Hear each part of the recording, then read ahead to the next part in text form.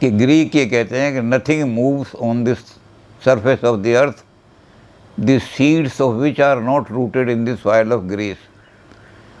अर्थ का भी कल हमने देखा था कि वो तो अपने आप चाहे कितनी डींग मारें कि सारी दुनिया की जो चिंतन शैली है वो उसके बीच यूनान की धरती में है, लेकिन हम ये कहते हैं कि उन्होंने जो धरती का कंसेप्ट दिया है वो यूरोप ही है सारा। यूरोप के अंदर कोई देश ऐसा नहीं है या कोई स्थान ऐसा नहीं है यूरोप के अंदर जहाँ कोई थिंकिंग पैदा हो और उसके सीड यूनान में ना हो। तो सारी यूरोपियन फिलॉसफी जो है उसके सीड आपको यूनान में मिलेंगे। अब यूनान को जब हम देखते हैं तो यूनान एक छोटा पूरा देश है, उसके अलग अलग प्रांत हैं, बहुत बड़े बड़े प्रांत हैं।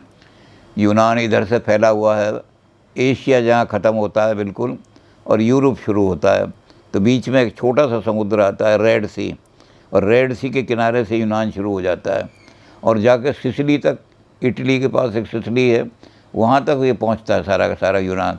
तो इस क्षेत्र में जितने लोग पैदा हुए हैं थिंकर, उनको हम ग्रीक फिलॉसफी या वेस्टर्न फिलॉसफी का ओरिजिनेटर कहेंगे। वेस्टर्न फिलॉसफी को ओरिजिनेट करने वाले लोग ये यूनान से ही पैदा हुए थे सबसे पहले इस सारे क्षेत्र में, और उन्होंने जो ओरिजिनेट की फ़िलॉसफी उसी पर सारा यूरोप फिर आज तक चल रहा है। सारी फ़िलॉसफी जो है वो यूनान से निकली है। अब यूनान में जो सबसे पहले आदमी थे, यूनान का एक छोटा सा प्रांत है, उसका नाम है आयोनिया। ये आयोनिया प्रांत बिल्कुल एशिया से भिड़ा हुआ है, बिल्कुल एशिया से लगा हुआ है, इसको एशिया माइनर कहते हैं।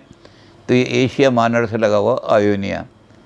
सबसे पहले आयोनिया के लोगों ने सोचना शुरू किया, और जैसा इन्होंने कहा था कि हमारी फ़िलॉसफी वंडर से शुरू होती है, हमारी फ़िलॉसफी कोई जीवन की समस्या से नहीं होती, हमारी फ़िलॉसफी जब देखती है चीज़ों को तो बड़ा वंडर होता है। हमारी सारी फ़िलॉसफी इसी से शुरू हुई है। तो उनके मन में विचार आया कि ये जो सारा इतना बड़ा विश्व हमें दिखाई दे रहा है, ये बना हुआ किस चीज़ का है। तो पहली प्रॉब्लम जिस पर ग्रीक और यूरोप के लोगों ने सोचना शुरू किया वो थी प्रॉब्लम ऑफ सब्सटेंस। इस जगत को बनाने वाला द्रव्य क्या है। कोई जीवन की समस्या नहीं है हमारी कि हम दुखी हैं, क्या है। उन्होंने देखा कि सारी दुनिया बनी हुई है, चांद बना हुआ है, किस चीज़ का बना हुआ है, हमारी पृथ्वी किस चीज़ की बनी हुई है, ये हवा जो चलती है किस चीज़ से बनी हुई है। तो इसके बारे में वंडर उनके मन में पैदा हुआ, आश्चर्य हुआ। ये आयोनिया के लोगों ने करीब ईसा के जन्म से 650 साल पहले सोचना शुरू किया। ये वो ज़माना था जब हमारे यहाँ बुद्ध का जन्म हुआ है। बुद्ध का जन्म 625 ईसा पूर्व है। तो हमारी फ़िलॉसफी उससे पहले बहुत उपनिषद और ये सब सोच चुके थे, तब जाके और यूरोप में चिंतन शुरू हुआ जब हमारे बुद्ध का जन्म हुआ है 625 ईस्वी में। तो इन्होंने सोचते सोचते, इनका एक आदमी था, वो बहुत बड़ा एस्ट्रोलॉजर था, नक्षत्र विद्या का बड़ा ज्ञान था, वो भी भारत की तरह प्रेडिक्ट कर देता था कि सूर्य ग्रहण कब होगा, जैसे भारत के लोग प्रेडिक्शन करते हैं वो भी कर देता था। तो वो इस विद्या का बड़ा और मैथमेटिशियन था। हमारे यहाँ फिलॉसफी का करने वाले जो थे वो ऋषि मुनि आध्यात्मिक लोग थे, ये मैथमेटिशियन था और मैथमेटिक्स के आधार पर ये अपनी एस्ट्रोलॉजी का काम करता था।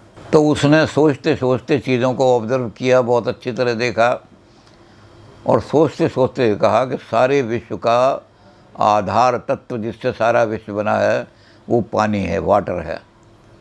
Water is the ultimate substance of this universe. क्योंकि इनकी समस्या ही सब्सटेंस की थी। तो पहली चीज़ इसमें फिलॉसफी में आपको क्या मिलेगी कि ग्रीक थिंकर ने सबसे पहले ये घोषणा की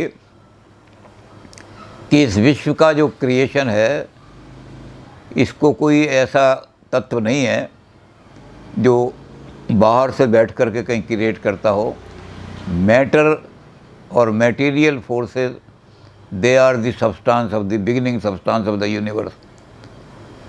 अब आप उनको ही कहेंगे कि मैटर को, तो उन्होंने कहा कि हम मेटीरियलिस्ट हैं, मेटीरियलिस्ट हैं हम, क्योंकि हम ही जानते हैं कि सबसे पहला सब्सटेंस जिससे दुनिया बनी वो मैटर था, वो पानी था। अब इन्होंने पानी को जब देखा कौन सा पानी, तो उन्होंने देखा कि पानी ही आदमी को, पानी ही जीवन को पैदा करता है। सारी लाइफ पानी से ही पैदा हुई है, जिसको डार्विन ने बहुत बाद में बड़े आधार पर कि और लाइफ हैज़ मैरीन ओरिजिन, जहाँ पानी नहीं होगा वहाँ लाइफ हो ही नहीं सकती। तो इसको ग्रीक लोगों ने बहुत पहले कह दिया था, ग्रीक फिलोसफर्स ने, कि पानी ही अल्टीमेट सब्सटेंस है इस दुनिया का बनाने वाला। अब ये पानी क्या होता है, पानी सस्टेन भी करता है लाइफ को।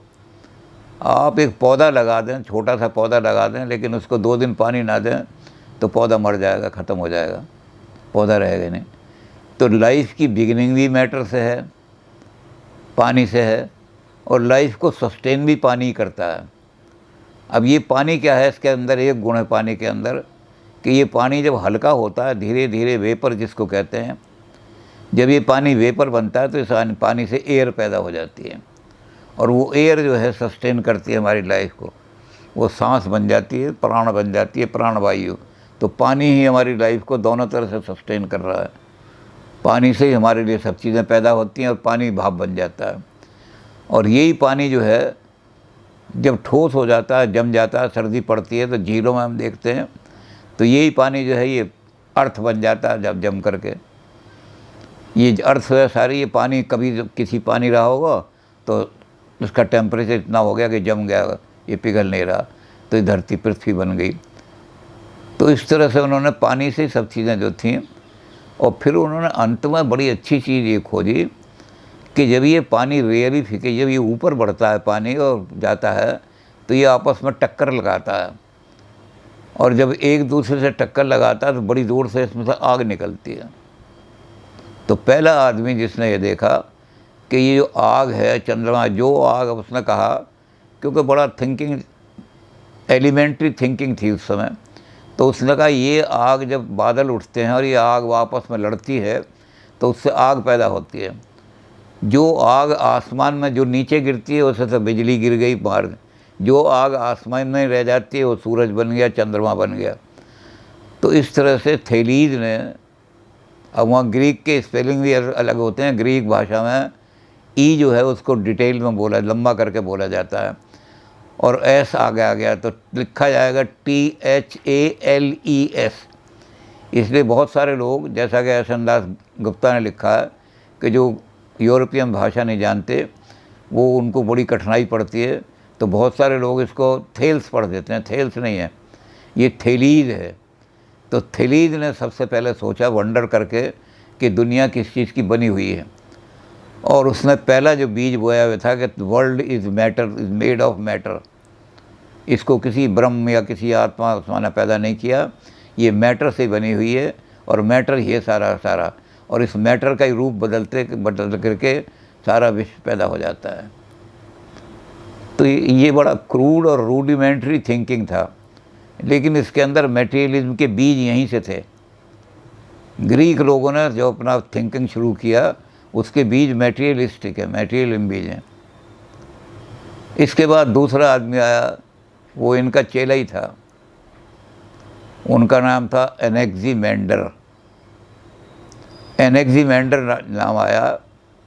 उसने अपने गुरु को कहा कि अकेला वाटर जो है वो सब चीज़ें पैदा नहीं कर सकता, कौन उस वाटर को वेपर बनाएगा, कौन उस वाटर को जमाएगा।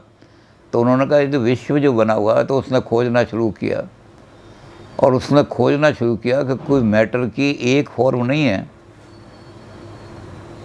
उसने खोजते खोजते खोजते खोजते सारे मैटर को एनालिसिस करके कहा कि something there was in the beginning something indeterminate.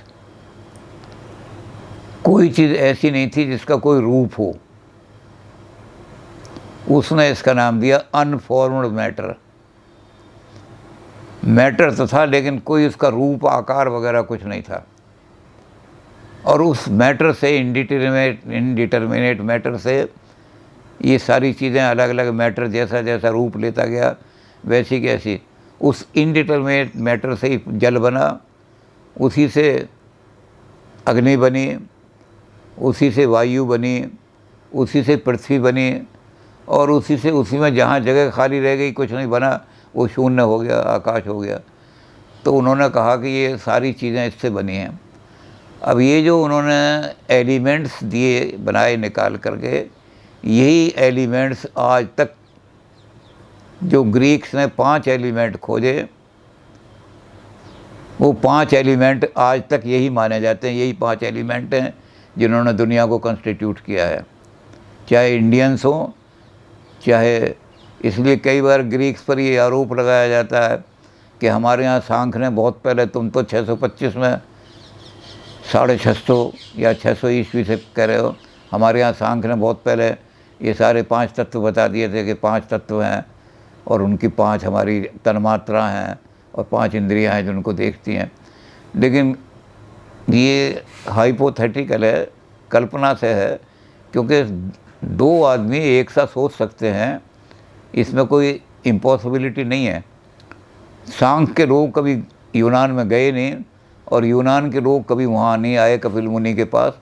तो ये पंच तत्व जो हैं एक साथ उन्होंने सोचा कि जिसको उन्होंने कहा आकाश है, स्पेस कहा उसको, उन्होंने कहा कि ये अर्थ है, उसके बाद एयर है, उसके बाद फायर है, उसके बाद वाटर है। ये उस इनडिटरमिनेट मैटर ने 5 रूपों में दाखिल। तो पंच तत्व का सिद्धांत भी ग्रीक्स ने दुनिया को, सारे यूरोप को दिया कि 5 एलिमेंट हैं। इन एलिमेंट से, ये भी ग्रीक्स की देन है।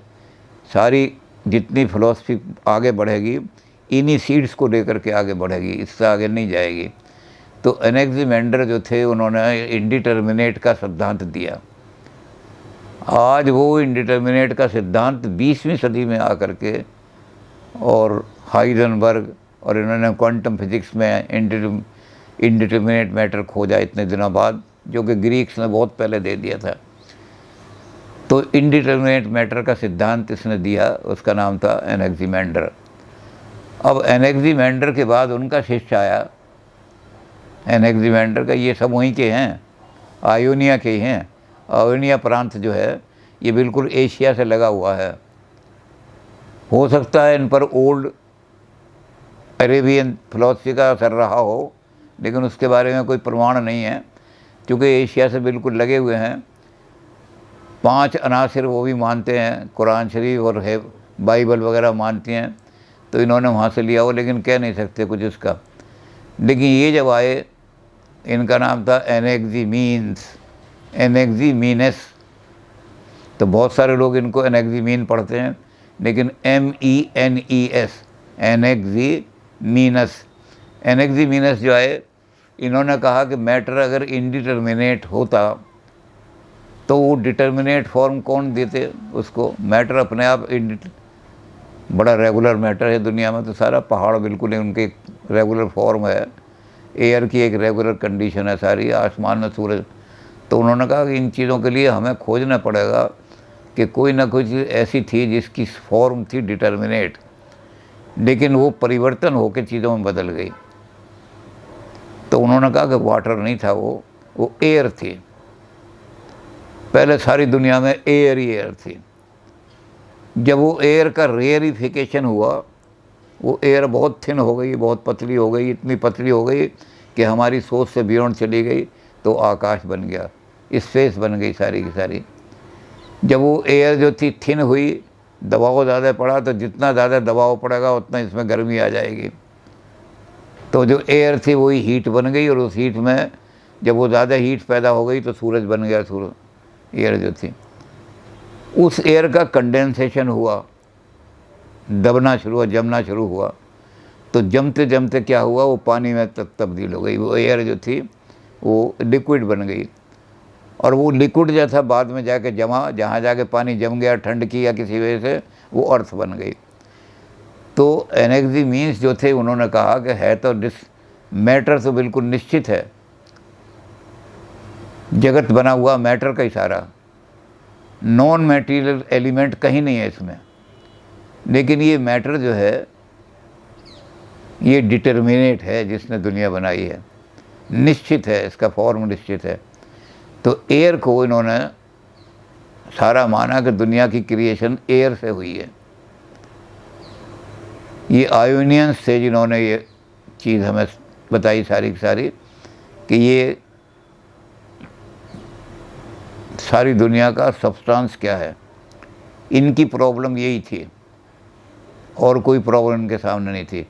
इसलिए उन्होंने को अपने अपने ढंग से इसको एक्सप्लेन कर दिया आयोनियंस ने। ये आयोनियन स्कूल जो है इसलिए इम्पोर्टेंस है कि इन्होंने सब्सटेंस खोज करके दिया कि दुनिया का सब्सटेंस क्या है, और ये पक्का बता दिया उन्होंने कि दुनिया का चाहे वो एयर हो, चाहे वो वाटर हो, चाहे वो इंडिटरमिनेट मैटर हो, लेकिन इस दुनिया का सब्सटेंस मटेरियल है। नॉन मटेरियल चीज़ ने ना दुनिया बनाई ना कोई बना सकता है नॉन मटेरियल चीज़। तो वहाँ से मटेरियलिज्म शुरू हो गया। पाश्चात्य लोगों का जो बिगनिंग है वो मटेरियलिज्म से है, भारत का बिगनिंग अध्यात्म से है, पाश्चात्य का वहाँ से है। लेकिन इन तीन थिंकर्स के बाद आयोनिया में थिंकिंग ट्रेडिशन ख़त्म हो गई। कोई बड़ा आदमी थिंकिंग करने वाला उस आयोनिया प्रांत में पैदा नहीं हुआ।